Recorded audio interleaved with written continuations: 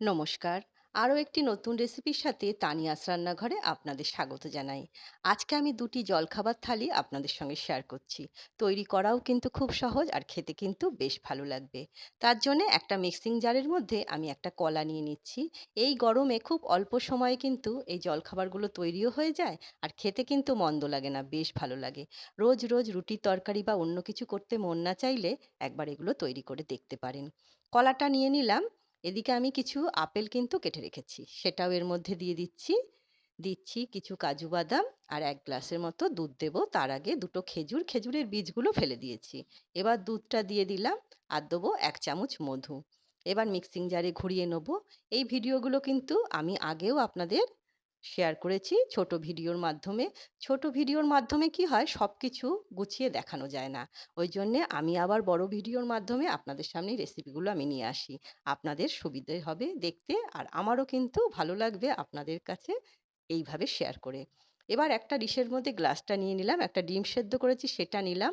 এবার গোলমরিচের গুঁড়ো আর নুন, বিট নুন মিক্সড করে একটুখানি দিয়ে দিলাম, তাহলে কিন্তু ডিম সেদ্ধটা খেতে বেশ ভালো লাগবে। কিছু কিশমিশ আর কিছু চীনা বাদাম রেখেছি আর ফলের মধ্যে রেখেছিলাম তরমুজ। খেতে কিন্তু বেশ ভালো লেগেছিল। অবশ্যই একবার এইভাবে ট্রাই করে আপনারা দেখতে পারেন। আরেকটি জলখাবার থালি তৈরি করব। তার জন্য একটা মিক্সিং জারের মধ্যে কিছু তরমুজ নিলাম, তরমুজের বীজগুলো ফেলে দিয়েছি। কিছু আঙুর দিলাম, ৩টে-৪টে দিলাম পুদিনা পাতা, স্বাদ অনুসারে বিট নুন, ১/২ চামচ গোলমরিচের গুঁড়ো, ১ চামচ দিলাম চাট মশলা, স্বাদ অনুসারে চিনি আর কিছু বরফ দিচ্ছি, দিয়ে মিক্সিতে ঘুরিয়ে নেব। এবার একটা গ্লাসের মধ্যে কিছু বরফ ঢেলে এবার মিশ্রণটি ঢেলে দিচ্ছি। এটা খেতে এতটা সুন্দর হয় না, অবশ্যই একবার ট্রাই করে দেখতে পারেন। খুব সুন্দর, বাচ্চারা কিন্তু ফল খেতে চায় না। এভাবে তৈরি করে দিন, দেখুন কি সুন্দর খেয়ে নেবে। এবার একটা ডিশের মধ্যে গ্লাসটা নিয়ে নিলাম।